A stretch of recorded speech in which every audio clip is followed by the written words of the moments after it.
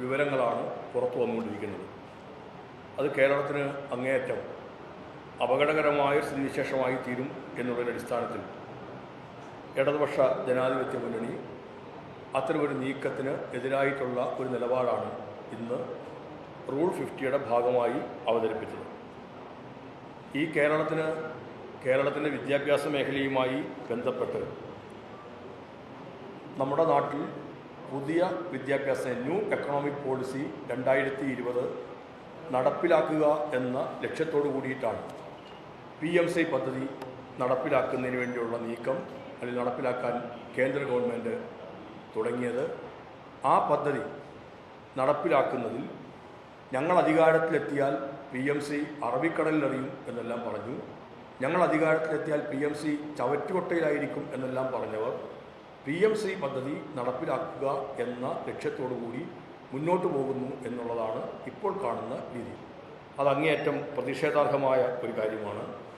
നമ്മുടെ രാജ്യത്തിൻ്റെ മതനിരപേക്ഷതയും ജനാധിപത്യവും ഫെഡറലിസവും ബഹുസ്വരതയുമെല്ലാം അവയെല്ലാം നിരാകരിക്കുന്ന ഒരു പദ്ധതിയായിട്ടാണ് സ്വതന്ത്ര ഇന്ത്യയിലെ ഒരു മൂന്നാമത്തെ വിദ്യാഭ്യാസ നയം എന്ന പേരിൽ വന്ന ന്യൂ എഡ്യൂക്കേഷൻ പോളിസി 2020 വന്നത്, അല്ലെങ്കിൽ അത് നടപ്പിലാക്കാൻ തുടങ്ങിയത്.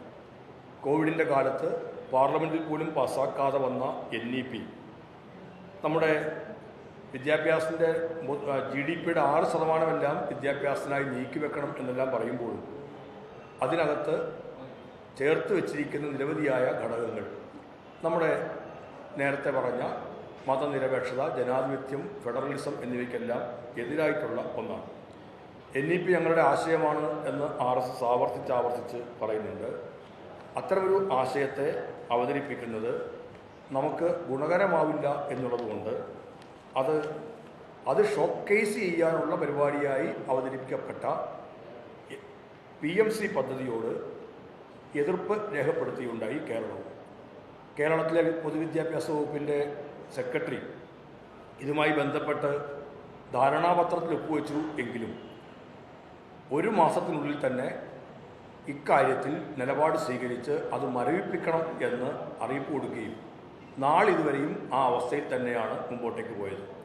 എന്നാൽ മെയ് മാസം 8-ാം തീയതി കേന്ദ്ര ഗവൺമെൻറ്റിൽ നിന്ന് ലഭിച്ച ഒരു കത്തിനെ തുടർന്ന് PMC പദ്ധതിയുമായി മുമ്പോട്ട് പോകുന്നതിന് ഗവൺമെൻറ് തീരുമാനിക്കുകയായിരുന്നു. ആ ധാരണയുടെയും അങ്ങനെയൊരു തീരുമാനം എടുത്തിരിക്കുന്നു എന്നുള്ള അറിവിൻ്റെയും അടിസ്ഥാനത്തിൽ നിയമസഭയ്ക്കുള്ളിൽ ഈ കാര്യം ഉന്നയിക്കുമ്പോൾ ഞങ്ങൾ PMCയുമായി മുമ്പോട്ട് പോവുകയില്ല എന്ന ഒരു മറുപടി പറയാൻ കേരളത്തിൻ്റെ വിദ്യാഭ്യാസ വകുപ്പ് മന്ത്രി സർക്കാർ തയ്യാറായില്ല എന്നുള്ളത് അങ്ങേയറ്റം അപകടകരമാണ്, ആശ്ചര്യകരവുമാണ്.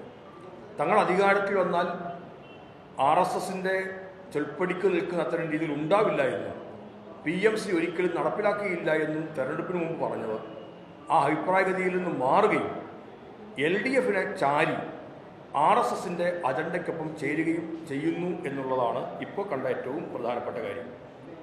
NEP നടപ്പിലാക്കുക എന്നുള്ളത് തന്നെയാണ് PMCയുടെ ഭാഗമായി വരുന്നത്. ഗുണനിലവാരം ഉറപ്പുവരുത്താനുള്ള മാനദണ്ഡങ്ങളിൽ ഏറ്റവും പ്രമുഖമായ ഒന്നാമത്തതായി സെക്ഷൻ C പറയുന്നത് തന്നെ ഇതിനകത്ത് NEP നടപ്പിലാക്കുക എന്നുള്ളത് തന്നെയാണ്. അത്തരമൊരു രീതി നമ്മുടെ വിദ്യാഭ്യാസ മേഖലയ്ക്ക്, രാജ്യത്തിൻ്റെ തന്നെ വിദ്യാഭ്യാസ മേഖലയെ തകർക്കുന്നതിന് തുല്യമാണ്. ഇത് 3 Cകളെക്കുറിച്ചാണ് സോണിയാഗാന്ധി തന്നെ വ്യക്തമാക്കിയത്. അത് സെൻട്രലൈസേഷൻ, കൊമേഴ്സ്യലൈസേഷൻ ആൻഡ് കമ്മ്യൂണലൈസേഷൻ എന്നാണ്. This carnage of India's public education system must end എന്ന് ശ്രീമതി സോണിയാഗാന്ധിയുടെ അഭിപ്രായമായിരുന്നു. ഇത് കാർണേജാണ് എന്ന് സോണിയാഗാന്ധി പറഞ്ഞ കോൺഗ്രസിൻ്റെ അഖിലേന്ത്യാ നേതൃത്വം ആവർത്തിച്ച് പറയുന്ന, കഴിഞ്ഞ ദിവസം നിയമസഭയിൽ തന്നെ ഇത് പെറ്റ് പ്രോജക്റ്റാണ് RSSൻ്റേതെന്ന് ശ്രീ മാത്യു കൊഴുനാടനെപ്പോലുള്ള പ്രസംഗിച്ച ഒരു പദ്ധതി ഞങ്ങൾ ഈ കേരളത്തിൽ നടപ്പിലാക്കുകയില്ല എന്ന് പറയാൻ റൂൾ 50യുടെ ഭാഗമായി ഉള്ള മറുപടി പ്രസംഗത്തിലോ വിശദീകരണത്തിലോ പറയാൻ തയ്യാറായില്ല എന്നുള്ളത് ആണ് ഞാൻ നേരത്തെ പറഞ്ഞ അപകടകരവും ആശ്ചര്യകരവുമാണ് എന്ന് പറഞ്ഞത്. ഭാരത്സ് ഗ്രേറ്റസ്റ്റ് ഗിഫ്റ്റ് ഫോർ ഹ്യൂമാനിറ്റി എന്നാണ്. രാജ്യത്തിൻ്റെ ഏറ്റവും അങ്ങേയറ്റം പ്രാധാന്യമുള്ള ഒരു സമ്മാനമാണ്, മാനവികതയ്ക്കുള്ള സമ്മാനം എന്ന തരത്തിലാണ് കാർണേജ് എന്ന് പറയുന്ന സോണിയാഗാന്ധി പറഞ്ഞതിനെ RSS വിശേഷിപ്പിക്കുന്ന ഈ പദ്ധതിയെ വിശേഷിപ്പിക്കുന്നത്. ദ ഗ്രേറ്റസ്റ്റ് ഗിഫ്റ്റ് എന്ന് RSS പറയുകയും കാർണേജ് എന്ന് സോണിയാഗാന്ധി പറയുകയും ചെയ്യുന്നിടത്ത് ഇതിൽ ഏത് പക്ഷത്താണ് UDF നിൽക്കുന്നത്, ഏത് പക്ഷത്താണ് ഗവൺമെൻറ് നിൽക്കുന്നത് എന്നാണ് എല്ലാവർക്കും അറിയാനുള്ള ആഗ്രഹമുള്ളത്. ഇത് കാർണേജ് ആണ് എന്ന് പറയുന്ന സോണിയാഗാന്ധി പക്ഷത്താണോ, ഹ്യൂമാനിറ്റിക്കുള്ള ഗ്രേറ്റസ്റ്റ് ഗിഫ്റ്റാണ് എന്ന് ഓർഗനൈസറും RSSും പറയുന്ന പക്ഷത്താണ്. ഇന്ന് നിയമസഭയിൽ കേൾക്കാൻ കഴിഞ്ഞത് ഈ പദ്ധതിയെ തള്ളിപ്പറയുന്നില്ല എന്നുള്ളിടത്ത് നിന്ന് ഇതൊരു ഗിഫ്റ്റായി കണക്ക് കൂട്ടുന്നു എന്നുള്ളത് തന്നെയാണ് അത് പ്രതിഷേധാർഹമായ കാര്യമാണ്. 2025 അന്ന് ഒപ്പുവെച്ചു, MOU ഒപ്പുവെച്ചു എന്നുള്ളതിൻ്റെ പേരിൽ എല്ലാ കാലത്തേക്കുമുള്ള ഒരു കാര്യമായി ഇത് അംഗീകരിക്കപ്പെടുന്നു എന്ന് പറയുന്നത് ഒട്ടും ശരിയായ കാര്യമല്ല. ഇതുമായി ബന്ധപ്പെട്ട് നമ്മുടെ ഭരണഘടന തന്നെ പറയുന്നതനുസരിച്ച് ആർട്ടിക്കിൾ 29(1) പ്രകാരം കേന്ദ്ര സർക്കാരും സംസ്ഥാന സർക്കാരും തമ്മിൽ ഒരു കരാറിൽ ഏർപ്പെടുന്നത് സംസ്ഥാന ഗവർണറുടെയോ ഇന്ത്യൻ പ്രസിഡന്റിൻ്റെയോ നാമധേയത്തിൽ അധികാരപ്പെടുത്തിയിട്ടുള്ള ഉദ്യോഗസ്ഥൻ ഒപ്പിട്ടുകൊണ്ടാണ്. അപ്രകാരമല്ലാത്ത ഒരു കരാറിനും നിയമപ്രാബല്യം ഇല്ലാത്തതും സ്വതവേ അസാധുവുമാണ് എന്ന് വോയിഡ് അബ് ഇനിഷ്യോ എന്നാണ് പറയുന്നത്. അത് സുപ്രീം കോടതിയും കേരള ഹൈക്കോടതിയും നിരവധി കേസുകളിൽ അസന്നിഗ്ധമായി പ്രഖ്യാപിച്ചിട്ടുണ്ട്. നമ്മുടെ ട്രിവാൻഡ്രം ഗോൾഫ് ക്ലബിൻ്റെ കേസ് അതിന് ഇത്തരത്തിൽ ഉദാഹരണമാണ്. State of Bihar versus Karamchand Thapar case അതിന് ഉദാഹരണമാണ്. അതെല്ലാം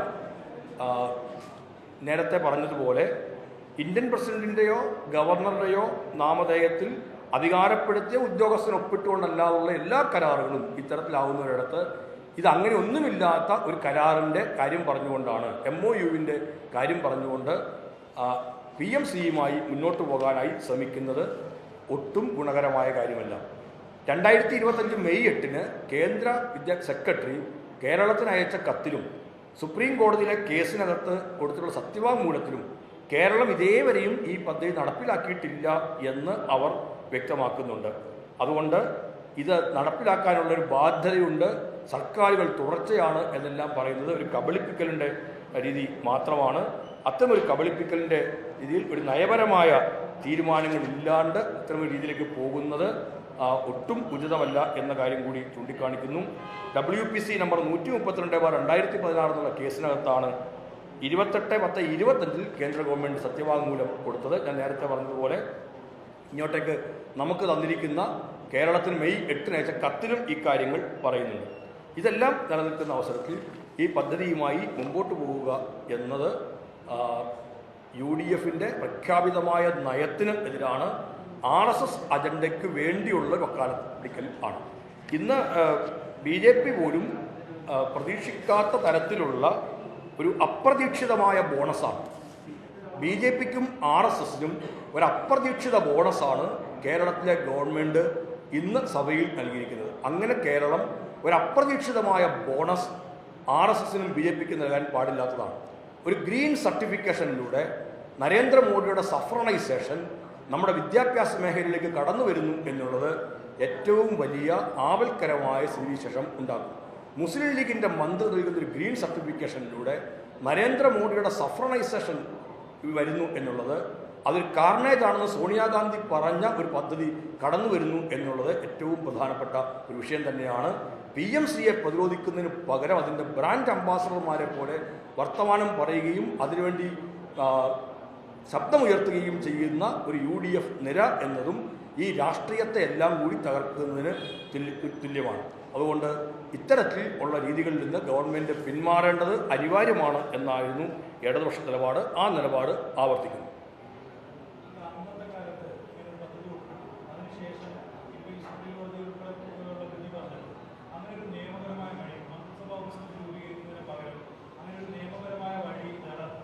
തീർച്ചയായിട്ടും ഈ കാര്യങ്ങൾ ഉൾപ്പെടെയാണ് മന്ത്രിസഭാ ഉപസമിതി പരിഗണിക്കാനും പരിശോധിക്കാനും തീരുമാനിച്ചത്. അങ്ങനെ ഒരു MOU ഒപ്പുവെച്ചാൽ ഇത് നമുക്ക് നിയമത്തിൻ്റെ പ്രശ്നം ഉണ്ടാകുമോ? പലരും പറയുന്നത് പോലെ MOU ഒപ്പുവെച്ചാൽ കേന്ദ്ര ഗവൺമെൻറ്റിന് മാത്രമേ പിന്നെ മാറാൻ കഴിയുള്ളൂ, ഇത്തരത്തിൽ പ്രയാസങ്ങളുണ്ട് എന്നെല്ലാമുള്ള വാദഗതികൾ ആ സമയത്തും ഉയർന്നു വന്നൊരു കാര്യമാണ്. അതിൻ്റെ അടിസ്ഥാനത്തിലാണ് മന്ത്രിസഭാ ഉപസമിതിയുടെ മീറ്റിങ്ങിന് അപ്പുറത്തേക്ക് മന്ത്രിസഭാ ഉപസമിതിയിലെ അംഗം എന്നുള്ള ഇടത്തിൽ ഞാൻ മാത്രമൊന്നുമല്ല ഈ കാര്യത്തെക്കുറിച്ച് ഗൗരവതരമായ പരിശോധന നടത്തുകയാണ്. അവിടെയാണ് നമ്മൾ ഈ ആർട്ടിക്കിൾ 29(1) ഒക്കെ ഏറ്റവും പ്രധാനപ്പെട്ട ഒന്നായിട്ട് ഞാനത് വിശദമായി ഇതായിരുന്നില്ല. All government contract must be explicitly expressed in the name of president for the union or the governor for a state, they must be executed on this behalf by formally authorized individuals and in a manner or authorized by the president or governor. അത് അതിൻ്റെ ഒരു ക്രക്സാണ് ആ 299(1) ഈ തരത്തിൽ ഓരോ സംസ്ഥാന സർക്കാരും കേന്ദ്ര സർക്കാരും കരാറുകളിൽ ഏർപ്പെടുന്നത് സംസ്ഥാനത്തിൻ്റെ ഗവർണറുടെയോ ഇന്ത്യൻ പ്രസിഡന്റിൻ്റെയോ നാമധേയത്തിൽ അധികാരപ്പെടുന്ന ഉദ്യോഗസ്ഥരുടെ ആയിരിക്കണം.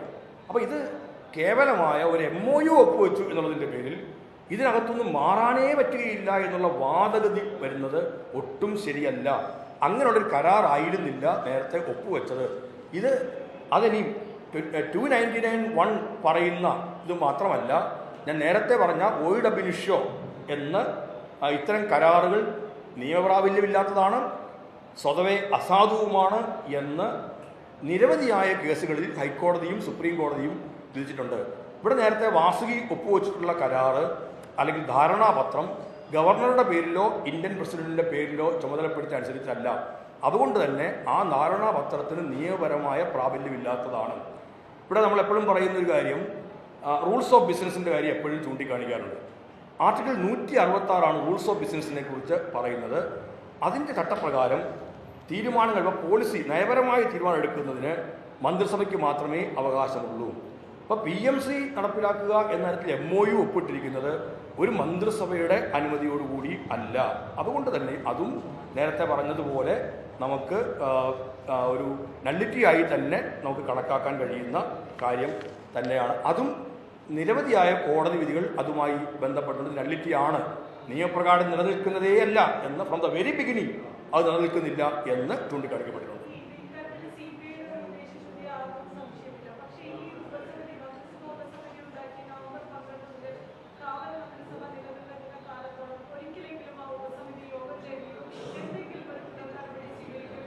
കാവൽ മന്ത്രിസഭയുടെ സമയത്ത് നമുക്ക് ആ ഉപസമിതി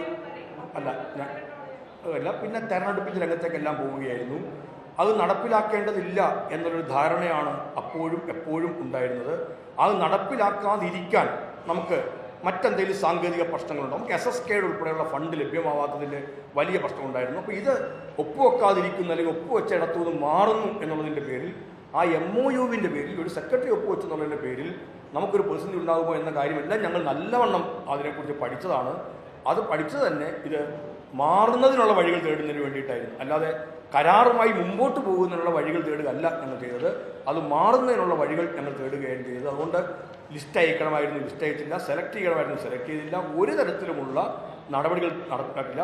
ഇങ്ങോട്ടേക്ക് വന്ന കറസ്പോണ്ടൻസുകൾ മുഴുവൻ നോക്കിയാൽ കേന്ദ്ര സെക്രട്ടറിമാർ നമുക്ക് ഇങ്ങോട്ടേക്ക് തന്ന എല്ലാം കാണാൻ കഴിയും. നിങ്ങൾക്ക് ഓപ്പൺ ചെയ്യുന്നു, കുറച്ച് സമയം കൂടെ മാത്രമേ ഉണ്ടാവുള്ളൂ എന്നെല്ലാം പറയുന്നു. അങ്ങനെ എല്ലാം പറയുമ്പോഴും നമ്മൾ യാതൊരു തരത്തിലും അത് പോകുന്നില്ല. നമ്മൾ കെപ്റ്റൻ അബയൻസ് ഞങ്ങൾ വെക്കുന്നു. കാരണം ഒരു MOU വെച്ചിരിക്കുന്നതാണ്, മറ്റ് നടപടിക്രമങ്ങൾ പാലിച്ച് നമുക്ക് ഒഴിവാക്കുക എന്ന തന്നെയാണ്. തന്നെയല്ല ഇതിനൊരു 60-40 തീർച്ചയായിട്ടും ഉണ്ടായിരുന്നു. CPIയുടെ നിലപാട് മാത്രമായിരുന്നില്ല, LDFിൻ്റെ മൊത്തത്തിൽ തന്നെയും ആ നിലപാട് തന്നെയായിരുന്നു ഉണ്ടായിരുന്നത്. അതുകൊണ്ട് തന്നെയാണ് ഇത്തരമൊരു ധാരണ ഇപ്പോഴും ഓരോ ഘട്ടത്തിലും LDFിനും അത് പറയാൻ കഴിയുന്നത്.